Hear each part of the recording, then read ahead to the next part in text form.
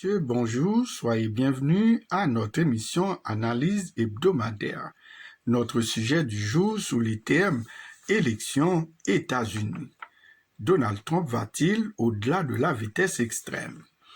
Encore une fois, cette fois c'est incroyable, pourtant vrai dit-on, Donald Trump au-delà de la vitesse extrême.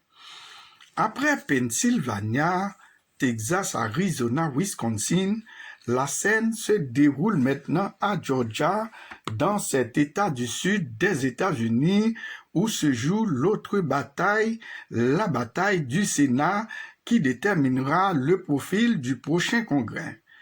Le gouverneur de cet État, M. Brad Raffensperger, en charge des élections, a été le week-end écoulé dans le viseur du locataire de la Maison-Blanche, M. Donald Trump. Lors d'un entretien téléphonique qui a duré plus d'une heure, l'ultranationaliste lui a demandé, et je cite, « Tout ce que je veux, c'est trouver 11 780 bulletins. » Une demande aussi surprenante que compromettante, laquelle vise à changer les résultats de la présidentielle du 3 novembre dernier. Comme une traînée de poudre, ces révélations mises au grand jour par Washington Post ont provoqué une onde de choc, voire un malaise dans les milieux politiques, dans les coulisses du pouvoir, à travers les États-Unis d'Amérique. Ce malheureux incident a été vu, blâmé et interprété par les observateurs les plus avisés.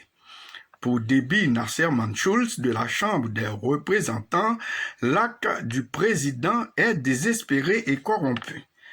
Un élu républicain a tweeté, je cite, « C'est bien accablant ». En analysant ce fait, on est amené à afficher cette interrogation: quelle suite que peut avoir l'appel de Donald Trump pour qu'on lui trouve des voix en Géorgie? Les réactions pleuvent déjà et les mesures appropriées au forfait sont déjà mises en branle. Malgré tout, Joe Biden reste encore à franchir des écueils pour arrêter le suspense. Pendant ce temps, on gonfle la toile. On s'en interroge. Le nouveau président élu sortira-t-il vainqueur de cette bataille, la bataille des élections? Il n'est que d'attendre.